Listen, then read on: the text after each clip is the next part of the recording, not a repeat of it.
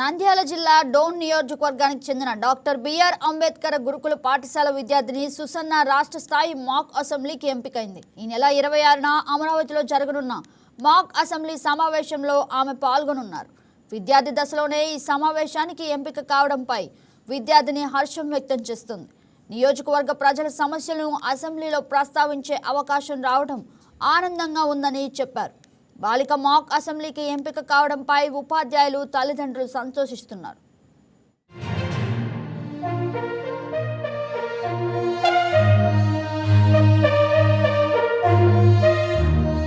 నా పేరు P Susanna. నేను 8వ తరగతి చదువుతున్నాను.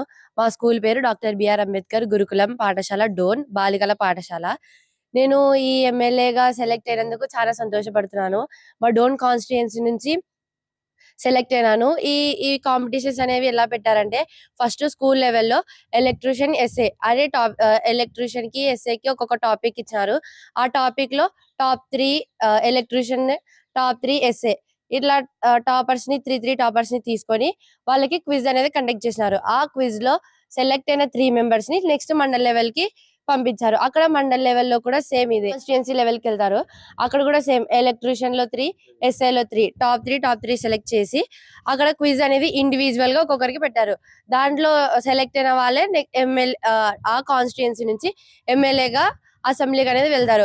అట్లా నాకు ఎమ్మెల్యేగా ఛాన్స్ వచ్చినందుకు నేను చాలా సంతోషపడుతున్నాను. ఇంకా మన నారా లోకేష్ గారికి కూడా థ్యాంక్స్ చెప్తున్నాను. ఎందుకంటే ఇట్లా స్టూడెంట్స్ లో వాళ్ళకున్న టాలెంట్ ని బట్టి అక్కడికి తీసుకెళ్లడం అనేది ఆయనకి చాలా ఒక గొప్ప ఆలోచన అనేది వచ్చి ఇట్లా నిర్వర్తిస్తున్నందుకు సార్ కూడా థ్యాంక్స్ చెప్తున్నారు. నేను మా జిల్లా తరపున ఒక నీట్ కాలేజ్ కావాలి అని బైపీసీ స్టూడెంట్స్ కి వాళ్ళు చాలా నీట్ కాలేజ్ అనేది చాలా లాంగ్ డిస్టెన్స్ లో ఉంది. అక్కడికి వెళ్ళలేక చాలా మంది అలానే ఉండిపోతున్నారు వాళ్ళు చదువుకొని కూడా.